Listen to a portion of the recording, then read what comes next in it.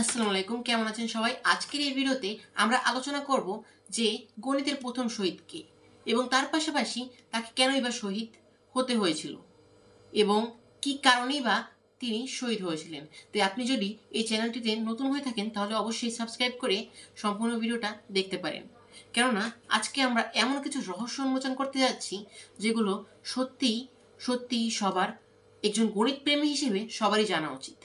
তাহলে শুরু করা যাক। সময়টা ছিল গ্রিক সভ্যতার একটি সোনালী যুগই বলা যেতে পারে। অর্থাৎ যে যুগে হাজারো গণিতবিদের অস্তিত্ব মিলেছিল গ্রিক সভ্যতায়। পিথাগোরাসের অনুসারী হিসেবে তাদের মধ্যে একজন উল্লেখযোগ্য ছিলেন হিপাসাস।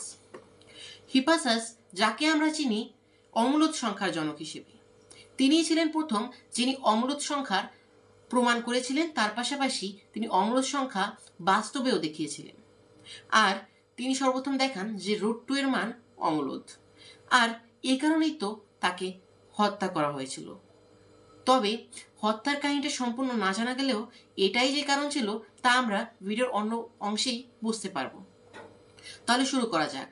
অর্থাৎ যখন একদিন হিপাসাস তার পিথাগোরাসের কাছে আসে এবং বলে যে, গুরু দেখুন আমি কি করে ফেলেছি, আমি অমূলদ সংখ্যা আবিষ্কার করে ফেলেছি।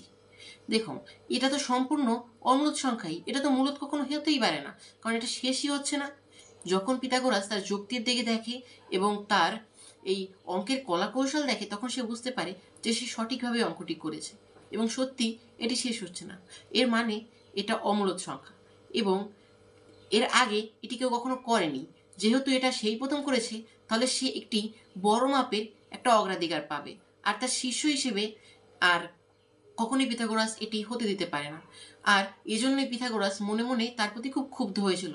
তার পাশাপাশি পিথাগোরাসের অন্যান্য অনুসারীরাও বিশ্বাস করতেন যে যেহেতু পিথাগোরাস এটি করেনি, সেটি অবশ্যই এটি মিথ্যাই হবে।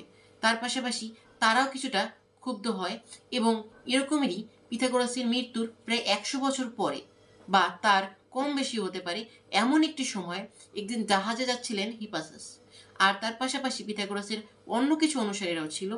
তো এদের সকলের সাথে একটি পরিকল্পিতভাবে হিপাসাসকে সমুদ্রে ফেলে দেওয়া হয়। আর এভাবেই আমরা একজন গণিতবিদকে শহীদ হিসেবে দেখি, অর্থাৎ গণিতের জগতে প্রথম শহীদের আবির্ভাব ঘটে। ধন্যবাদ।